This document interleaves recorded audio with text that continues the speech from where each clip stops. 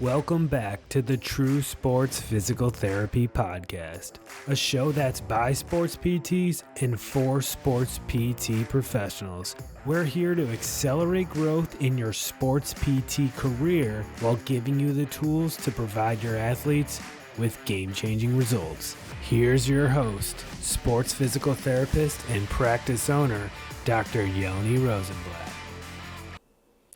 Dr. Lyssa Cleary, who joins us for today's conversation, has an unbelievable practice that is growing like wildfire out in California. It's called Athletic Lab, and they are a one-on-one cash-based physical therapy practice. You're going to learn a ton from her in this conversation because I really try to dig into how she started her practice, some of her growing pains, and really some of her amazing successes along the way. She's had Athletic Lab rolling for 2 years now. So plenty to digest and to learn here. Always reach out to us. True Sports PT on Instagram is the easiest way to get a hold of us, or shoot me an email, yoni@truesportspt.com. You got a lot to learn from Lyssa Cleary. This one's going to be awesome because I've known Lyssa Cleary for a really long time. I don't even remember what year it was that we met, but you're going to share that. And what we're going to learn about is how you've taken kind of your brainchild of private practice and how you created it and where it is now and all the things that you learned along the way. So, Lyssa Cleary, tell us your origin story and how you got to where you are today. Yeah. Hey, Yoni. Thanks for having me on. This is really, truly full circle. So you were my PT for, I had a bunch of surgeries that got me into physical therapy. So you were one of my initial physical therapists, and I attribute my just love for the field to you and some other initial physical therapists at the beginning. So yeah, this is really, really full circle. I'm out in California now. I went to USC for my physical therapy degree. That's where I met my current business partner, Lauren, who, we were best friends in PT school and started a business together and are still best friends to this day. So after PT school, went through the USC orthopedic residency and then worked in an outpatient practice here in LA in Santa Monica for, over 5 years, and then started teaching at USC as well. So started dabbling in some things just outside of clinical work. And then just recently, 2 years ago, we said, let's do this thing. Let's start our own business. And we're 2 years into Athletic Lab.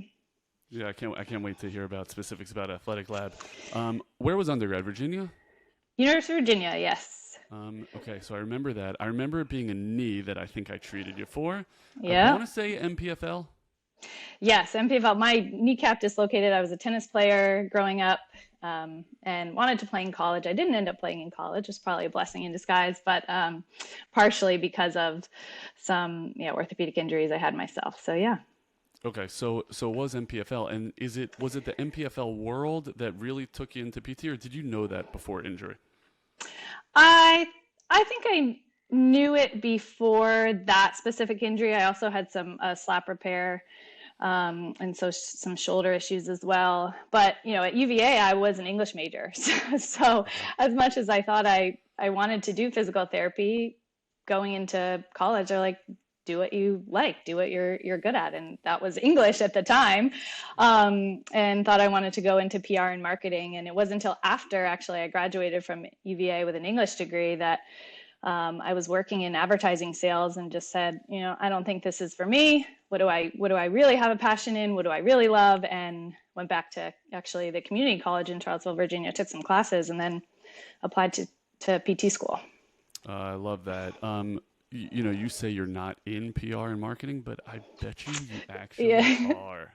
Yes. And I bet you're great at it. So, okay, so at what point you said, well, you're working coming out of your USC residency. Tell me about that job. What was that like? And then what was that moment when you're like, I got to do this myself?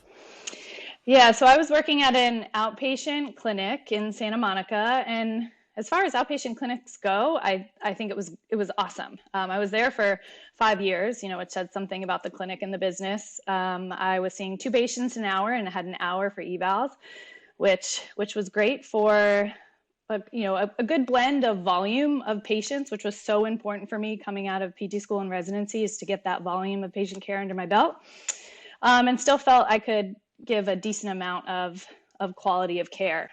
So after doing that for 5 or so years, I'd been dabbling in some other things. Like I mentioned, the teaching, I'd been seeing some private clients on the side, and those, I was with those clients, I was able to spend the full hour with them and felt like there was a difference in the skill set that I was able to use and the care that I was able to provide with those clients, rather than the grind of needing to see the patients and then finish the paperwork and get to my next one. And so I was ready for one, to work for myself. That was a big driver.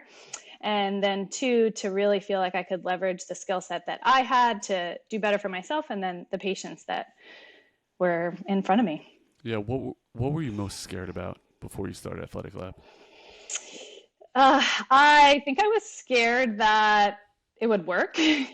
Like I didn't have any business, any formal training in business. Right. So like you mentioned, but no one does. Right.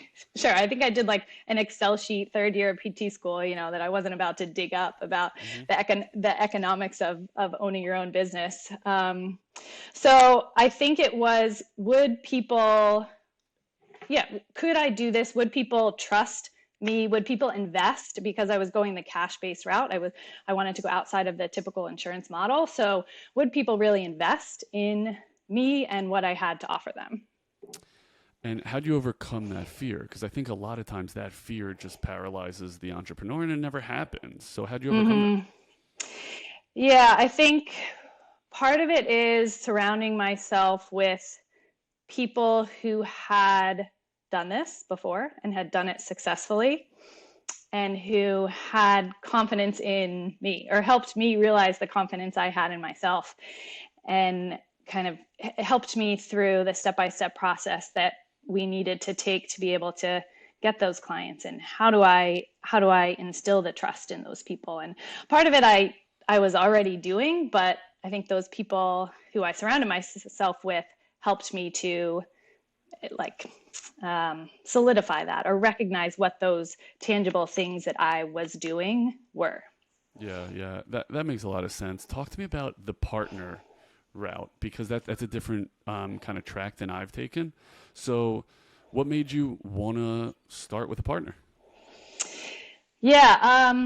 Part of it was we had just, we were best friends. So we hang out a lot. We have a lot of PT friends. So a lot of the conversation centers around physical therapy as much as we try to talk about other things. And, it comes down, a lot of the conversations surrounded were about like, how could we do this better? What else could we do? And so those conversations that we had together naturally evolved into let's do this. Yeah. And I'm so glad I did. I certainly thought about, well, if you're in it with someone else, then you've got to split things both ways. But that the downside of that, if you even consider that a downside, is far outweighed by the camaraderie, the sharing of perspectives, the sharing of the good times and the hard times and the brainstorming that we can do.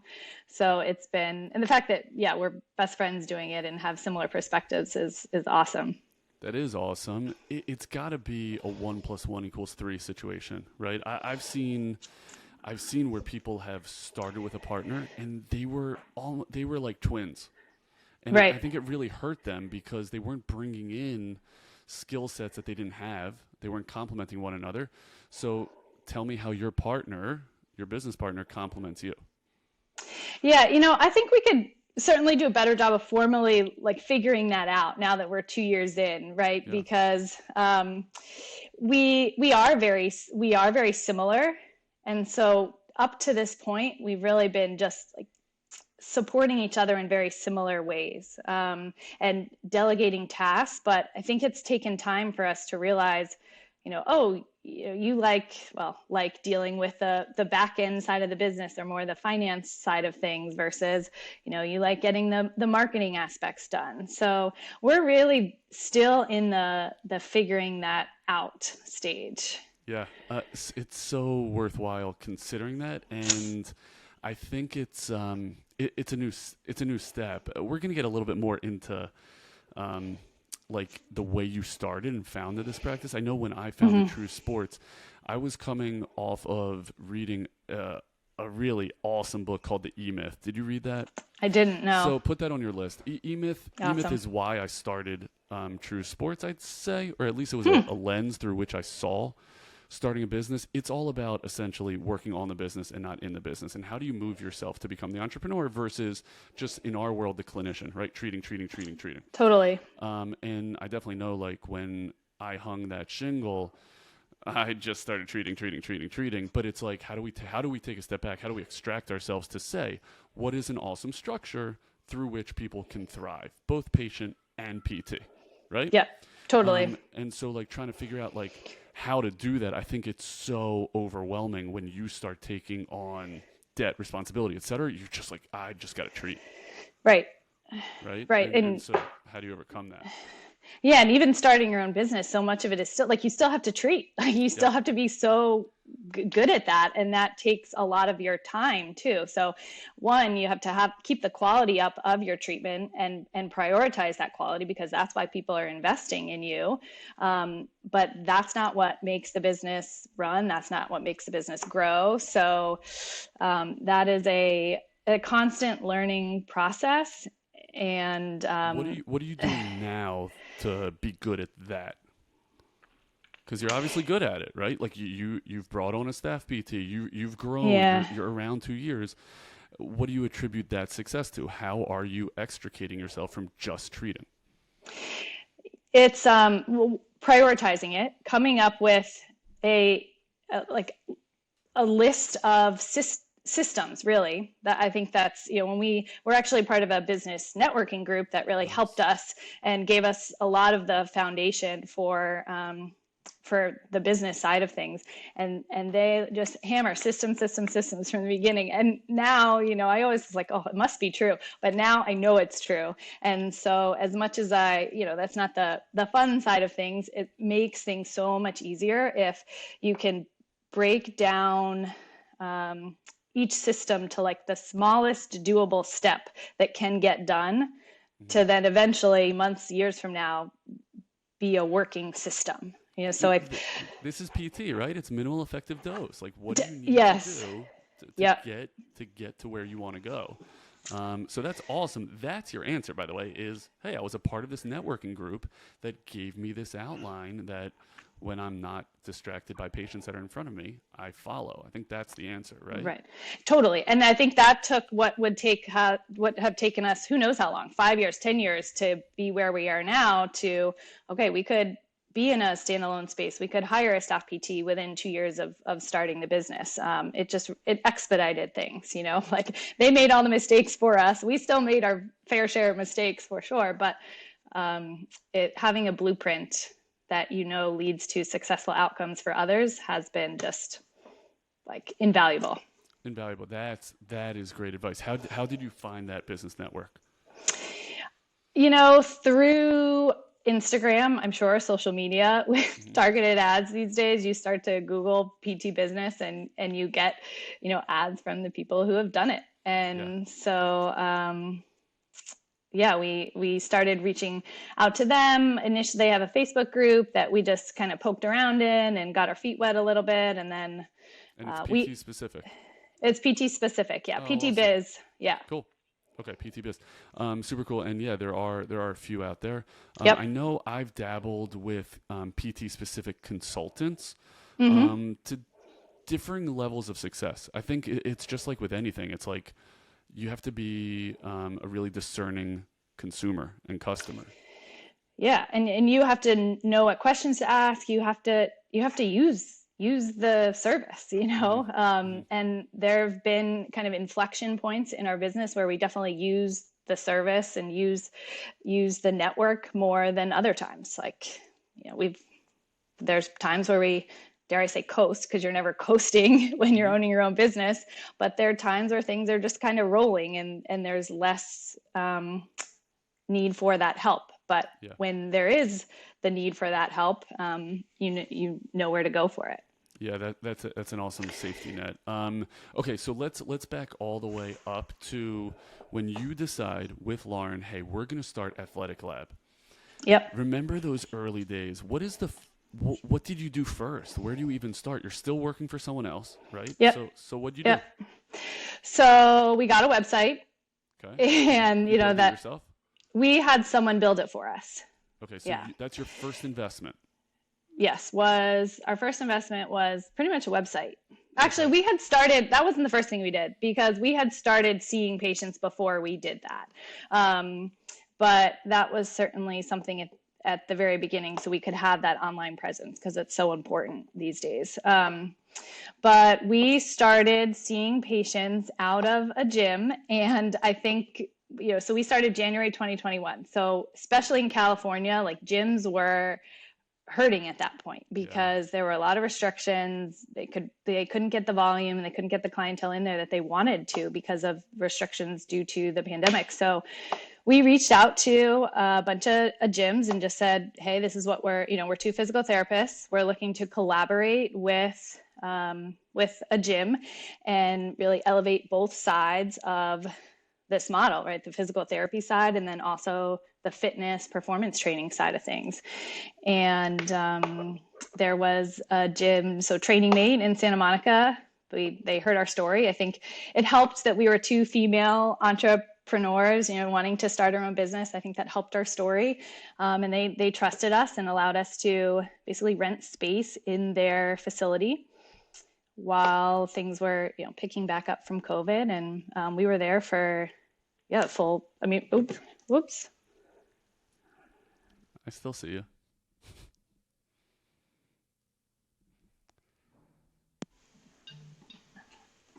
Oh, you got a call. Is that gone?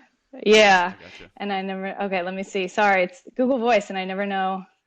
That's right. There we go. Okay, there we go. Okay, that can get edited out. Okay, so you go into a gym, you and Lauren, you start your business now. Okay, let me ask you a couple of questions that jump to my mind as an employer. Sure. You're still working for someone, right? But you have this side hustle of treating other patients. Yeah, so at that point, neither of us was actually working for a formal clinic. Oh, okay. Yeah. Yeah. So, I still had the teaching at USC, which was honestly a huge thing for me because it provided some of that stability financially, right? But we had been dabbling on the side with some private patients, but really when we decided like, hey, this is a formal business now, we had quit our prior jobs. Okay, cool. And no worries about non-compete or anything like that? Right. Yep. Okay, so that's because it was far enough away? Not necessarily it was far enough away. The intention was not to take the client caseload from, Sure.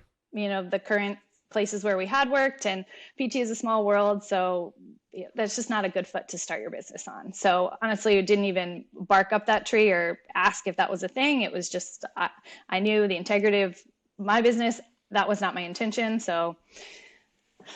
Okay. So that's great. And then did you sign a longer term lease? How do you go about really? So we had done, our lease was month to month initially. And it was month to month the entire term that we were with that gym. Nice. And which was awesome. Again, it's just a lot of times the biggest barrier to entry is overhead, right? So to keep the overhead really, really low and low stakes initially was very helpful. So yeah, we were month to month. We started with a per patient number, but we had capped that at a certain number, and then once we reached that number, it just we were at that rent for the time we were there. Genius, great idea. In order to limit your exposure, that's a great way to get rolling. Yep. And then, so outside of that per patient, and then eventually it really becomes like a flat fee of your rent, right? Were you spending on anything else? You said website, anything else? We dabbled with some advertising once we got our systems and like our community networking rolling. So we were spending some money there, but at the time the gym had equipment that we were using. So we really didn't have to, I think we bought a treadmill, that was it. So that was another blessing that we could use their equipment to start as well. And no build out or anything. Did you have private treatment rooms? No private treatment rooms. Yeah. And in fact, it's one of those things we still look back on and smile. So that the treatment, the gym, the private training gym room was right next to where they did their classes, because it was class-based fitness, and the music in the class-based fitness area was so loud, so you'd hear it through the walls, and we were at the mercy of whatever music they wanted to play at 7 a.m. in the morning or 7 p.m. at night. So no private treatment room, but I've been there. I've definitely been there. I'm still there. The truth is, in many locations. Okay, and then how'd you come up with the name, and how'd you come up with the design, and who's doing all that stuff for you? Yeah, we again, it was years of brainstorming. In those conversations I was telling you about, the lab part. We really wanted to. The lab encapsulates, like you'd take your car into a mechanic and get the parts looked at or make sure the car is running the best. So like a human lab is, we want to be those people for our community where they can come and shop. That would be athletic shop. A shop, okay. Right? But shop doesn't sound so good. Doesn't. So The lab is the more like scientific side of now things, we're talking. right? Okay. That makes more sense. Okay. And then logo design. How'd you go about doing that? God, you're just taking me way back. It's so fun to like recall all these memories, So there's a website called Fiverr, Fivr, and it was a total shot in a dark. Like, we were trying to keep our overhead low. We said initially, I think we were like, $20 for, two logo tries. We're like, what the heck? We'll go big. We'll do 50. And I think that got us 5 logos. And one we got back, we loved. So we paid $50 for, someone on Fiverr to design our logo. I love that. And that's the logo you currently have. Yep. Which is awesome. I love it too. And you were always a black and gold girl? Where'd that come from? We, no. We just thought it looked sleek. We love the gold. Okay. I think it's, it's sleek, it's modern. And part of that is behind what our goal was with physical therapy, is to, get rid of some of that outdated perception of physical therapy and make it work for the modern individual. Yeah, I think that's awesome. That definitely comes across. Now, blending this sleek and modern comes thinking back to like the tried and true. And so I was always told, before you launch a business, you got to have like a business plan. You got to present the business plan. And like, did you go through a process like that? My dad actually had talked to me. Dad. Yes. We're going to come back to that in a second. Okay, great.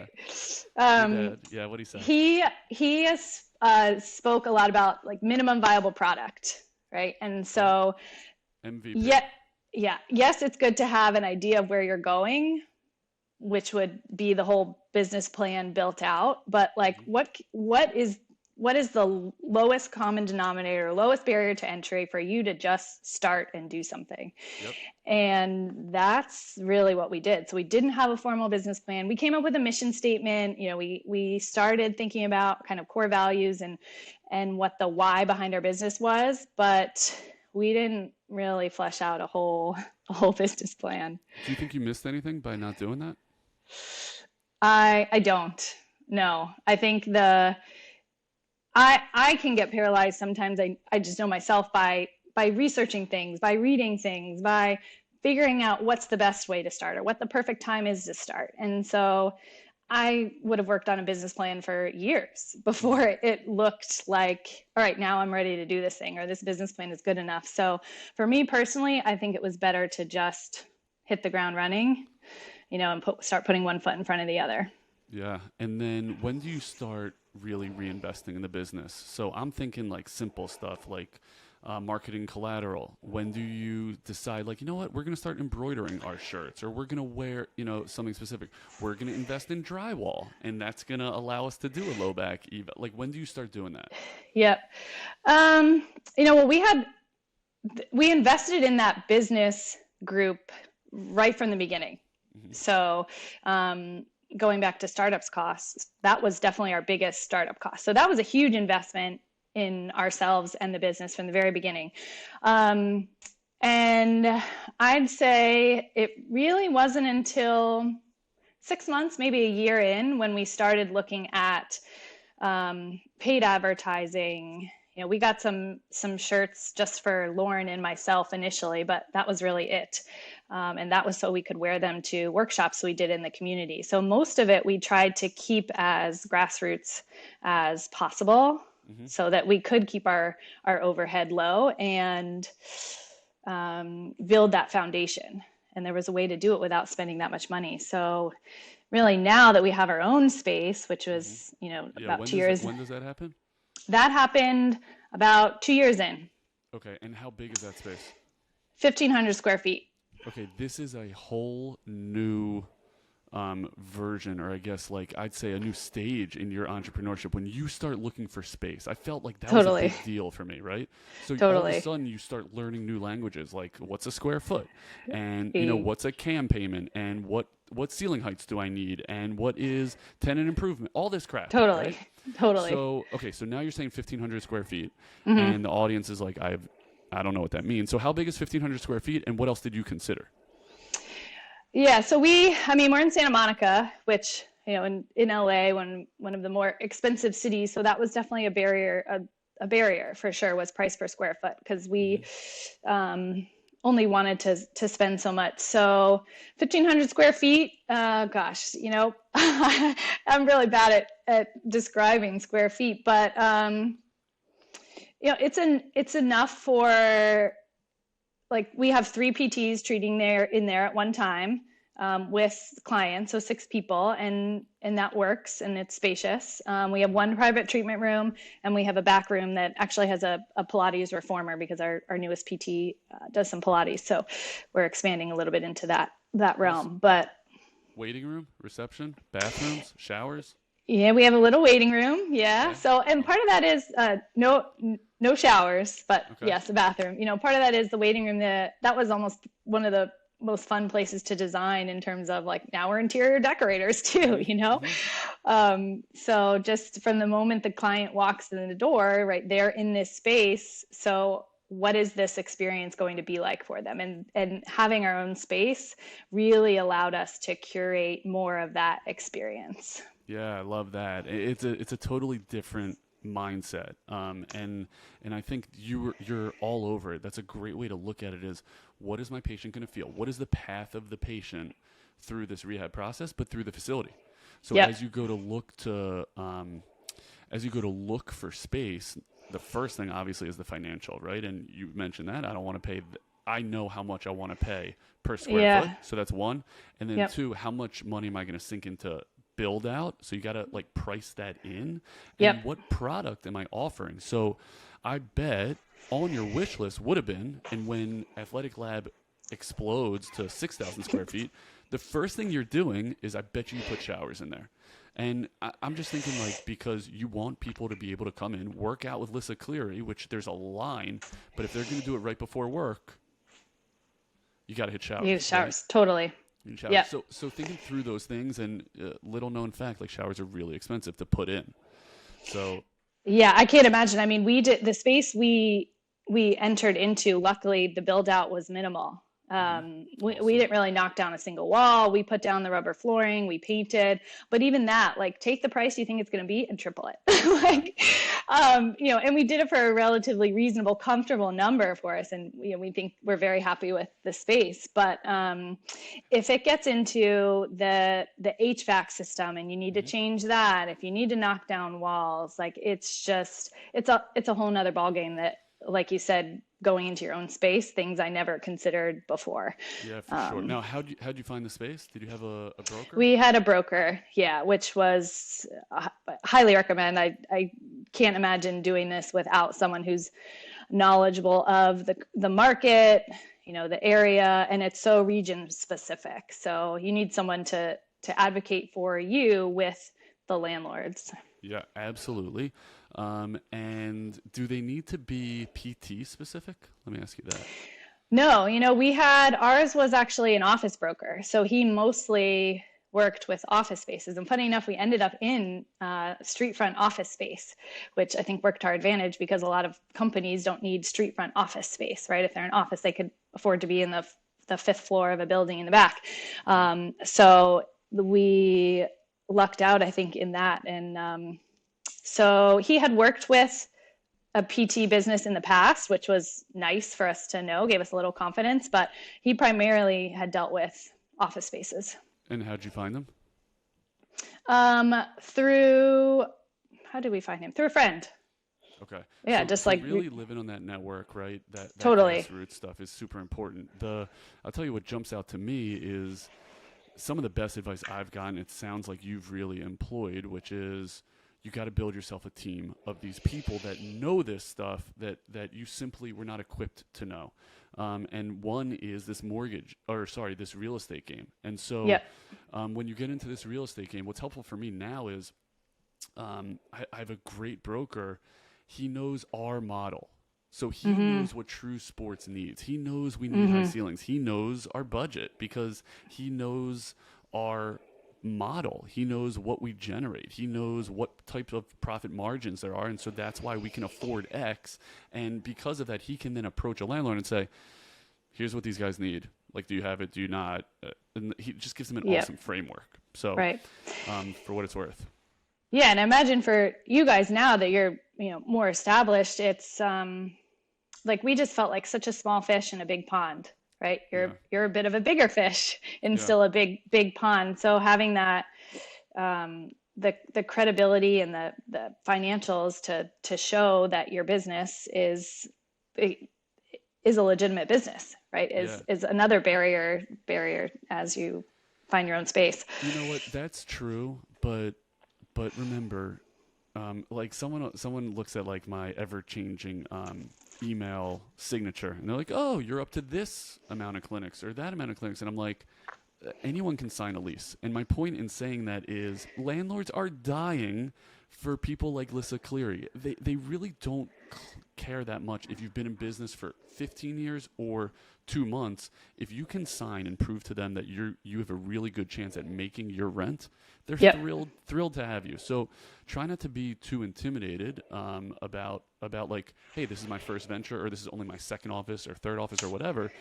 They want you in there. They want you in there. And if you get the right representation, like you clearly did, that person should be making the case to the landlord. Yes. And that's totally worthwhile. And the great news is he doesn't cost you a dime, right? Right. He doesn't cost you a dime. So now let's talk about people who do cost you dimes. Sure. Who's on that payroll, Lyssa? So, well, we've got, as a part of our business, we have a client care coordinator. Whoa. What's that? Like an admin assistant. Cool. So, but she just does so much more than admin work. She's really the first voice that people hear when they call in. So she's that first contact point for people when they reach out to Athletic Lab. And what's her name? Yeah. Carrie.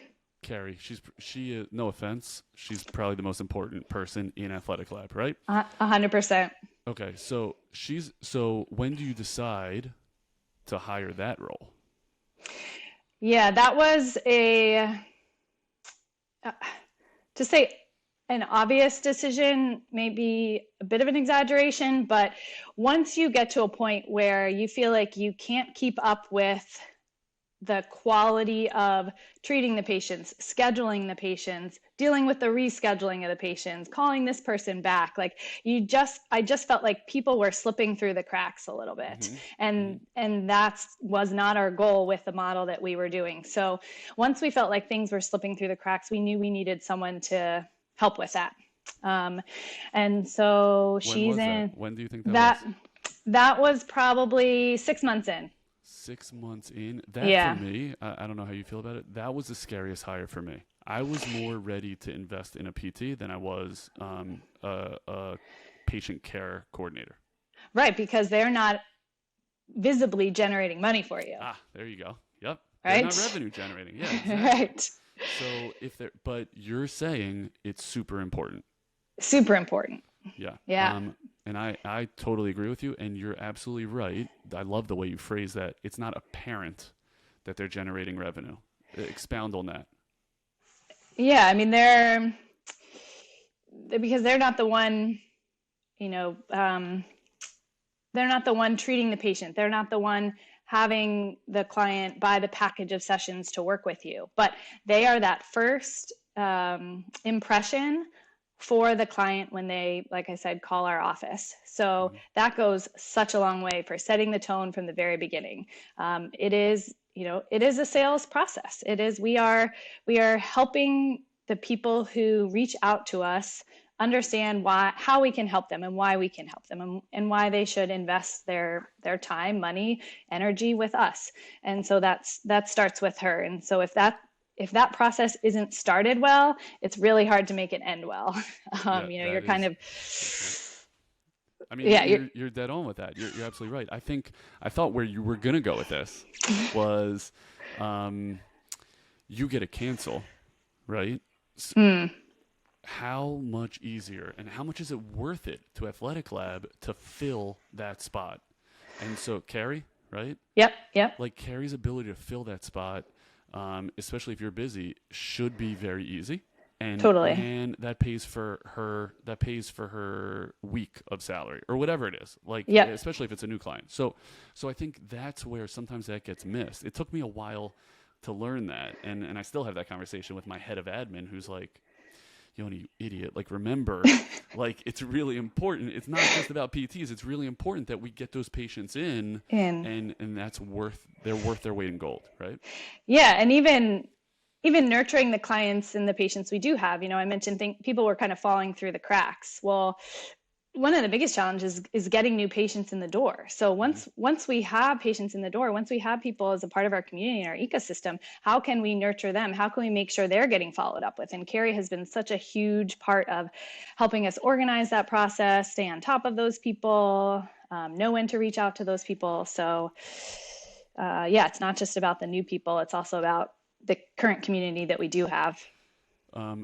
Great point. How did you find Carrie? And if you say PT Biz, I'm going to sign up for PT Biz. How did you find Carrie? Indeed. So okay. Good old Indeed. Yeah. She's actually in West Virginia, so she's a virtual admin, and she's working 20 hours per week. So Indeed was great. You just, you put your ad for what you need online, and now they have questions that you can get the voice recordings in response to. So that's kind of a good screener, especially since all her work is over the phone. Awesome. We did. She doesn't sit at a desk. She doesn't do video interaction. It's all phone. It's all phone. Yep. Okay. Yeah. So yeah. I have so many questions around this. Okay. So, first of all, how the hell did you know how to interview for Carrie?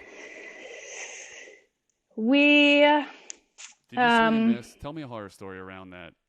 Yeah. Carrie is not our first admin. Carrie's never the first hire we get. And we didn't realize how good Carrie is, right? Or how inadequate our first one was until Carrie, right. So we had a sense like, is this really how it should be? Like, we feel like it could be better. And we actually, parted ways. It wasn't working. And then found Carrie, and we were like, God, we should have done this months ago. But you just don't know, because she was the first person I have ever hired in my life. Right. We leaned into the network that we have, and people who that's a nice thing about the network. People are always like behind you in business, right at your level in business, and ahead of you in business. So we leaned into those people who had hired client care coordinators or admins in the past. And what did you find helpful? What were the questions you asked? What did you look for? Things like that.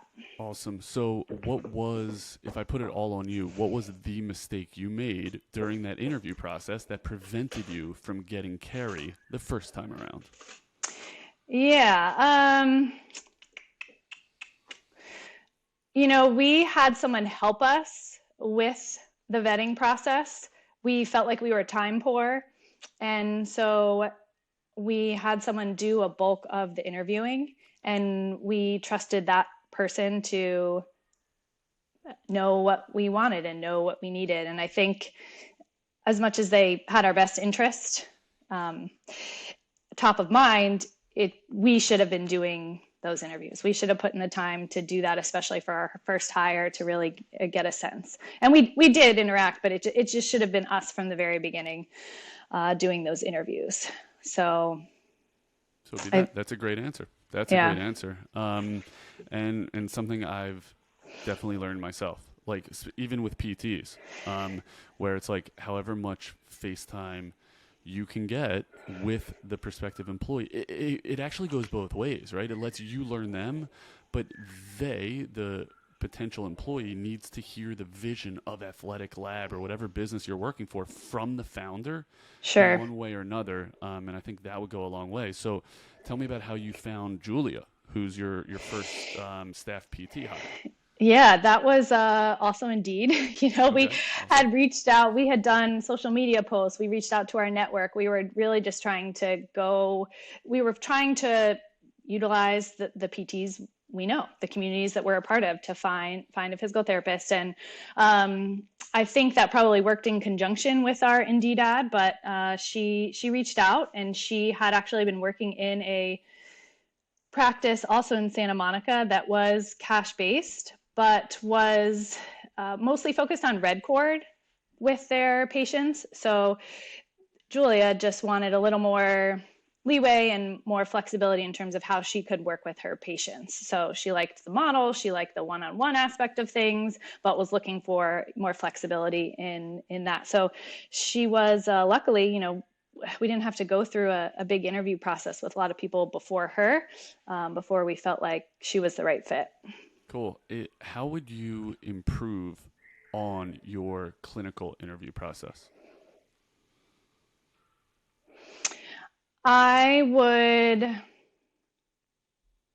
So we did an initial phone call. You're like, it's perfect. I can't answer. Yeah. It's like kind of the thing where you don't know what you don't know, right? Which is so much of this. Yeah. And only having entrepreneurship, yes. Yeah. So it's like, I think it went okay, but I know it could be better. That's like everything we do, Is Julia, let's bring her on. What didn't we do well? Yeah. Exactly. Yeah.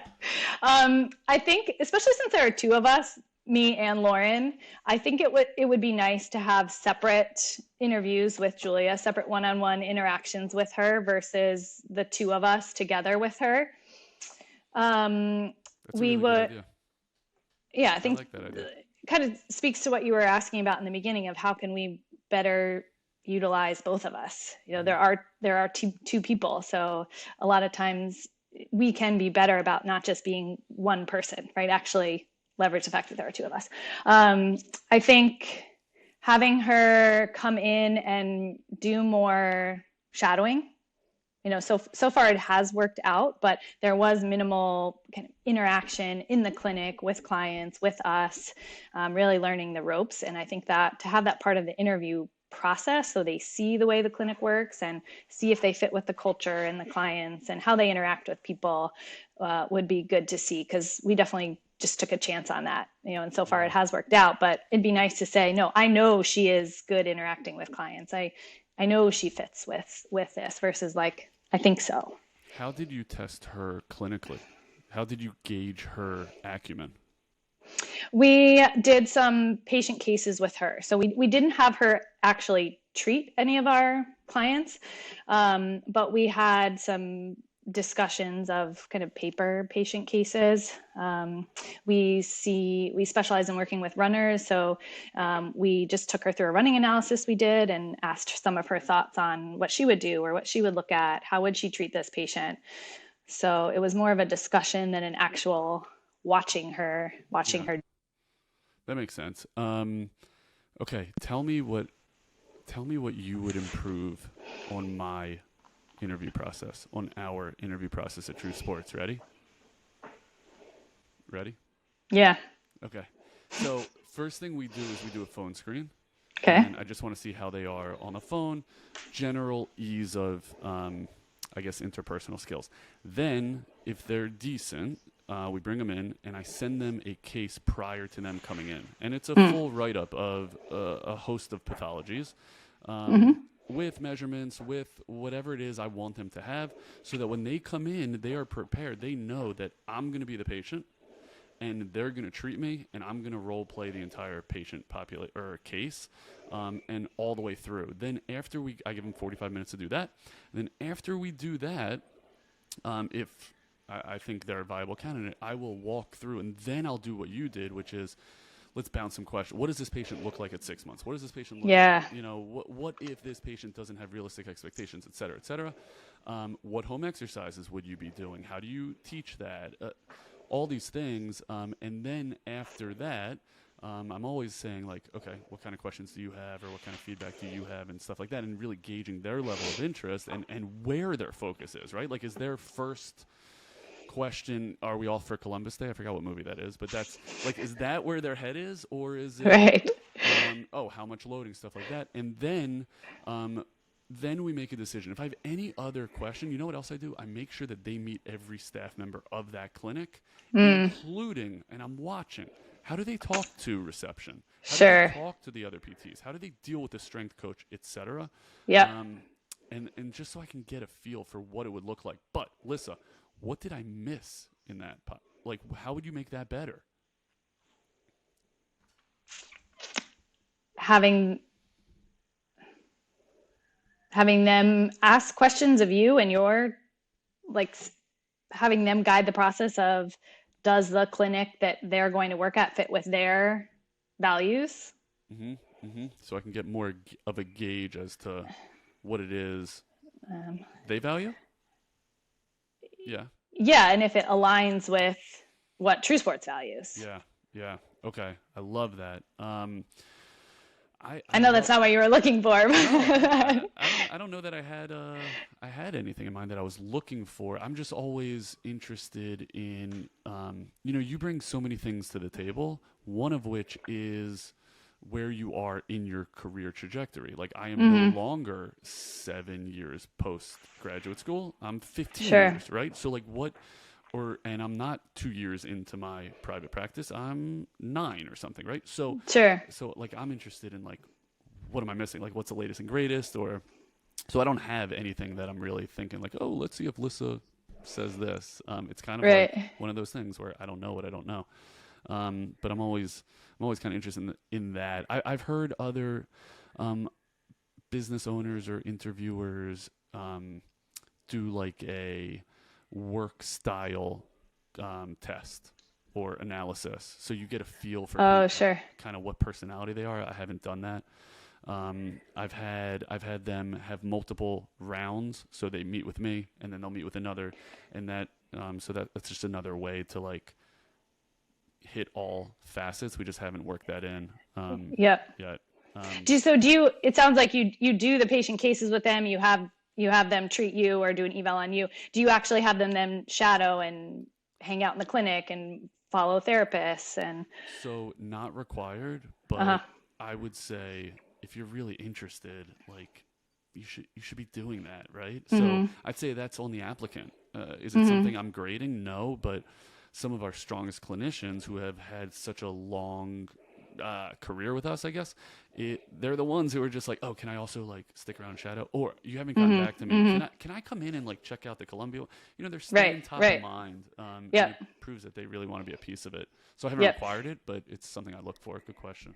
The other thing that comes to mind, just talking about this, is like, could I have dinner with this person? Could I have lunch with this person and actually go to dinner with that person? Yeah. Right. Because it take them out of the work setting, and how are they as a person?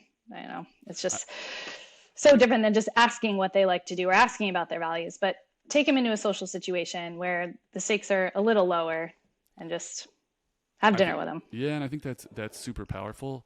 Before I took my first job, there was an opportunity from an employer that I knew I wasn't going to take. I wonder, I guess this wasn't the nicest thing to do, but I wanted to get good at that dinner interview. So he said, why don't we go out to dinner? In my head, I'm like, I'm probably not taking this job, but I want to get better at that skill. Right. And so I went. It's a really tough skill when you're doing that. where, because they're probably watching everything. I know I would be, where like I'm watching, how do you interact with the waiter? How do you order? Do you have crap all over your face? Right. So I think there's value there.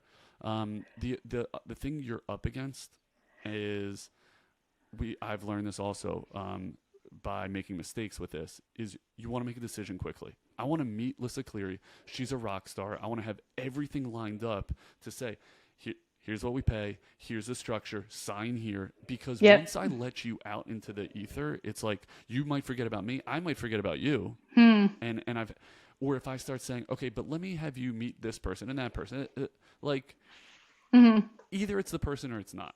And so just making sure that you're ready to commit when you see it is that what you're looking for. And I think you have to identify what you're looking for, So let me ask you this, Lyssa. This is so powerful because it's going to get you tons of resumes. What are you looking for in your next hire? Yeah, so we we treat an active population, like formal athletes or not, right? If you're active, you're an athlete in our eyes. And so we love people who have communities that they want to then be able to help with physical therapy, with performance training, right? So for example, Julia, our last hire, she is really, she's engrossed in the rock climbing community and, outdoor adventure sports. And so that was different from what Lauren and I have kind of niches in. So it's nice if, the next PT we're looking for has another sport or activity that they love to do, that they can then go out into the community and get some of those clientele through the door. So it doesn't need to be a specific sport, but something that they're passionate about and that they have a community around, and then can interweave their work with their lifestyle. Yeah, that's really awesome. Okay, so that's a lot of clinical stuff, right? Tell me about like how did you come up with the contract for when you decided? You said like, hey, Julia's the person I want to be our first hire. Who did your contract for you? Who does that? Who did your lease review for you? Yeah, a lot of that was through the business group, honestly. Okay. Like they gave you a lawyer? No, they did. No, I reached out to another physical therapist who has her own practice, again, just using my network, and asked, does she have a lawyer that could look over our lease? So she referred us a lawyer, so it's all been through people we know who are one step ahead of us or 5 steps ahead of us. And so, but the contract was, it's not like it takes a lot to go through. There's not a lot of legal jargon in it. As long as we met the rules of California and the federal rules, then that was it. And Gusto actually is who we do our payroll through. They have a really good HR system. They have a contract that you could use that is state by state specific, that you really don't need. We probably didn't even need to hire a lawyer to look it over, because they're our contracted kind of PR and payroll firm, or HR, and payroll firm. Yeah, that's awesome. Okay, so that's the legal box. Yep. That's the HR box. Talk to me about accounting.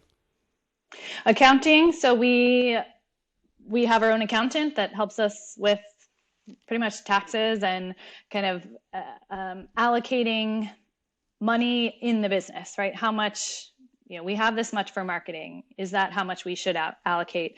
How much do we need to put away for taxes? And once you get a payroll, which we now have, things just skyrocket in terms of expenses, that you don't expect. So all these people have been just invaluable to. These are things that I don't know what I don't know, and I know I don't know a lot. So rather than me spending the time to figure it out, we pay people to do it for us that we trust, and we know it's going to get done right from the beginning.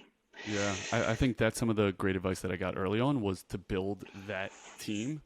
And even within that team, I would encourage anyone considering doing this would be to interview those people and just get a feel for how they treat you, right? Just like you would do clinically.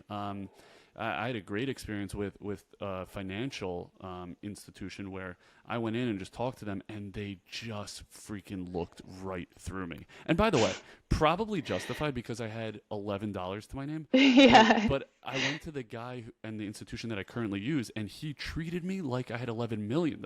It was nuts. Yeah. So, Yeah. and that has just continued to also like pay for itself. So totally worthwhile to go through that process and see the way they treat you. Yeah. Yeah. And I think you get what you pay for. Like I've learned that time and time again in this process. There's a couple of things we've tried to do cheaply or save money on, and you just don't want to do that when it comes to an accountant, a lawyer, like the people who are going to be the backbone of making sure your business stays afloat. Yeah, yeah. So I'll tell you, Lyssa, maybe you can help me with this, how you dealt with it, because if you asked me, my number one fear in starting my own PT clinic, it would be who's going to help me when the printer goes offline. Like, I just thought I would be totally lost with that. So why was that not a fear for you, and who helps you with those little things? Google, like you can Google it. It's like how to fix the HP 830 printer, right? How to plunge a toilet. Like I know how to plunge a toilet, but little things like that you just don't think are going to come up.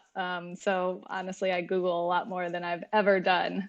Yeah. And especially you do a lot of Googling when you don't have money to just pay someone to come. And yeah.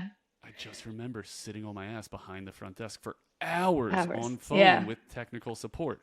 But also I would say this to the young entrepreneur, and then I'm going to ask you your best advice to a new young PT entrepreneur. My best advice would be know how to do every role within your business. It's going to help you train. I love that. And it's going to help you attract. And so I spent months scheduling, like running my own schedule, right? Yeah. I spent a long time like arguing back and forth with my biller. And so I learned the billing game and the insurance game and trying to understand that. Marketing as well. Now, you have a leg up on me with your UVA education, but how do you market, right? How do you get them to listen and respond, stuff like that? So I would say really dive into those details and become close to an expert in all facets of what happens in your four walls and supplement everything else on the outside with experts. Legal, accounting, marketing, etc. Lyssa, your best advice to the new young PT entrepreneur? Yeah, consistency is key.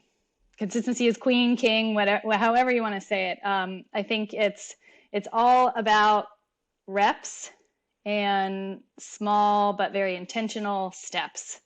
It still seems very overwhelming for me. Like where am I going to be in 5 years? But if I think about that, then I'm not focusing on those daily processes that have got me to this point in 2 years, So at this point, I've made thousands and thousands of choices and decisions, and some good, some bad. It doesn't matter whether they've been good. It doesn't matter whether they've been bad. I think it matters that you make the choices, you make a decision, and then you assess from there. You respond to, all right, maybe I need to make more decisions like this. Maybe I need to not make so many decisions like that one, but the consistency of making choices, making those decisions, and then evaluating the result from those has been huge. You sound like Marcus Aurelius. You sound like that you're really able to stay in the present moment and that you're very mindful about being present. By the way, if I had to deconstruct it, thinking back to your right knee MPFL? Yeah. Hell yeah. 50-50. But I remember the table. I remember what side of the table I was on. And I think that's how I knew, and that's why every once in a while before you started Athletic Lab, I would send you a text being like, hey, can you please come work for True Sports? Because you are so good at connecting, and that comes from you being present and mindful. And I really appreciate that about you. So good on you. Thanks, Tony. Yeah. It was obvious to predict that you'd be wildly successful. So with that, which I'll tell you is not easy because my I haven't had very many nicknames in my life, but one of them was Walks Ahead, right? So it's I do tend to. It is hard to. It's a skill, right? Staying present and working on that consistency is a skill for sure. Yeah, well, You're great at it. So Thank you. that brings us to our lightning round. Ready? Please don't think a lot. Just answer. Don't say All right. Don't look away from the camera. Just lock All right. in. Stay All right. present. I'm here. What is a life lesson you learned from your father? What? Oh God, there's so many. Take your gifts and your beliefs seriously. So I think we all have gifts and beliefs that, like, if we really dig deep, we know what those are, and take them seriously, because that's how you make a difference in other people's lives. I think my dad has probably said that to me at some point, but I see that in how he treats people, right? He has gifts, and he is true to himself, and has encouraged me to be just true to myself and be the best version that I can of myself, because that's how I'm going to make a difference in other people's lives. Yeah, that's awesome. He's an awesome dude, and I didn't spend that much time with him, but he had a really big effect on me as well. I think he's just a wealth of knowledge, and I'm not surprised that it was very easy for you to pull on a life lesson that he passed down. He's a great dude. Okay, what's your favorite book and why? Ooh, Infinite Games by Simon Sinek that's a new favorite book for me. It was recommended to me by a fellow pod member of yours and just awesome human, Kelly Starrett. So I heard him speak at one of our business networking events, and he brought it up, and it's just changed how I think about life, changed how I think about business. Business can be a grind, and it's hard work, right? And if you are constantly thinking about, I just need to work really hard and then get to this point, right? If life is a series of games that you need to play and win, you're going to be grinding your whole life, versus thinking about life, business as this infinite game, right? There aren't winners, there aren't losers. It's just, are you playing the game, and how are you playing the game? And do you enjoy playing the game? And so I think that has made the work more enjoyable.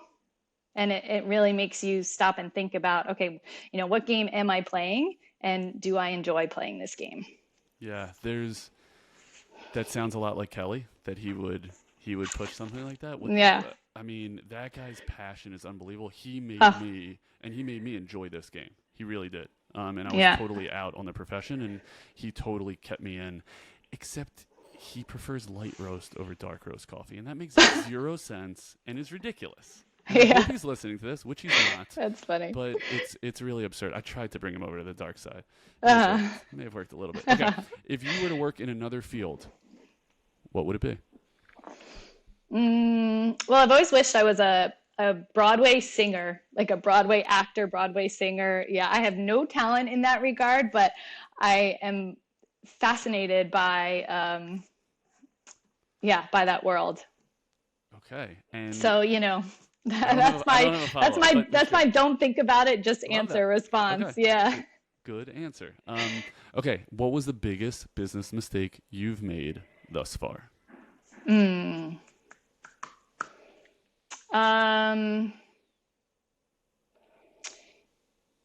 I think not getting into a space sooner, like our own space sooner. I think we got just comfortable and complacent in the space we were at. And I think if we had done this sooner and taken the risk sooner, it would have led to more growth. Yeah, which isn't always a great thing, but true. But it's a thing. Yeah, I can respect that, but my wife would say everything happens for a reason. Sure. And okay, it's amazing that you had to think that hard about a business mistake. Do you know how quickly I could rattle off my business mistakes? It's crazy. I would not be able to shut up if you asked me that question. So don't. Lyssa, serious pleasure. You have been awesome. Tell me where, or tell everyone listening, where can we find you? So our Instagram is Athletic Lab PT, and that's our biggest social presence. Yeah. Okay, how about an email? Like, do you have an email that I'm Sure. all Yeah. my fans that want to reach out to you? Yeah. So email is Lyssa, Lyssa, at athleticlabpt.com. Okay, awesome. And you're doing great things. Like I always said, like I probably said at the end of your rehab, you let me know if I can ever help you, because after this pod, I freaking owe you. So thank you for your time, and thank you for just what you're doing out there. You're doing awesome, awesome things. Say hi to your dad. I will. Thank you, Yoni. Yeah, I'm just trying to follow in your footsteps. You've been an awesome mentor along the way. So I appreciate that. it's fun to Okay. reconnect. Yeah, absolutely. Let's stay in touch. Thank you, Lyssa. All right.